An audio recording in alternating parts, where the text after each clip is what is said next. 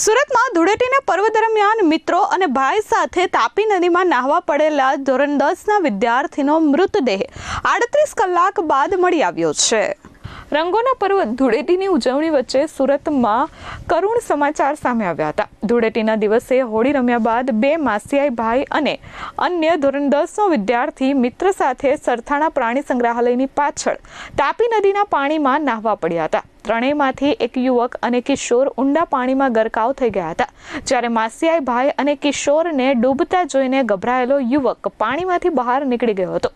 ડૂબી ગયેલા એક યુવકની લાશ મળી આવી હતી, જ્યારે 38 કલાક બાદ આજે 6 માર્ચે ધોરણ 10ના વિદ્યાર્થીનો મૃતદેહ મળી આવ્યો છે। આ ઘટનાને પગલે પરિવારમાં ભારે શોકનો માહોલ ફેલાઈ ગયો છે।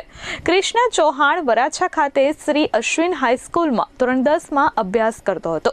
હાલમાં તેની બોર્ડની પરીક્ષા ચાલી રહી હતી, ત્યારે તેનું કેન્દ્ર યોગી ચોક ખાતે આવેલી આશાદીપ ઇન્ટરનેશનલ સ્કૂલ યુનિટ 2માં આવ્યું હતું। તેણે ગુજરાત અને વિજ્ઞાન એમ 2 પેપર આપ્યા હતા અને 6 માર્ચે ગણિતનું પેપર હતું।